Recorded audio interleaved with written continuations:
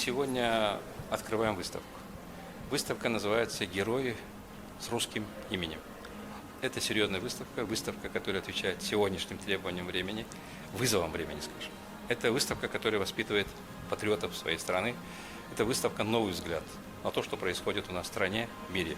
Каким должна быть Россия будущего, каким мы должны видеть этот мир и каким образом противоставлять себя или находить правильные ответы на вызовы всей вот этой сегодняшней ситуации, когда наша страна проводит специальную военную операцию на территории Украины.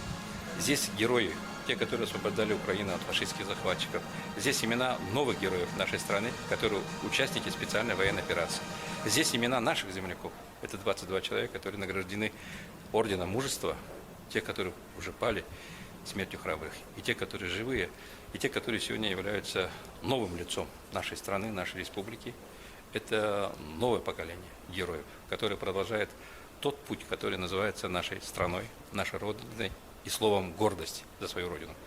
Поэтому этот маленький зал, который сегодня открывает свой лептус, вносит общее движение, понимание ситуации, признание этой ситуации и признание каждым человеком своей роли, он сегодня открывает двери в нашем музее «Моя история». Я уверен, что здесь будут проходить классные часы, уверен, что здесь будут проходить экскурсии среди подрастающего нашего поколения, новых патриотов нашей страны, нашей республики.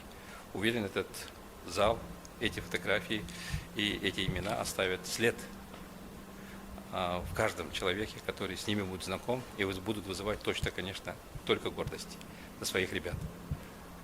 Музей.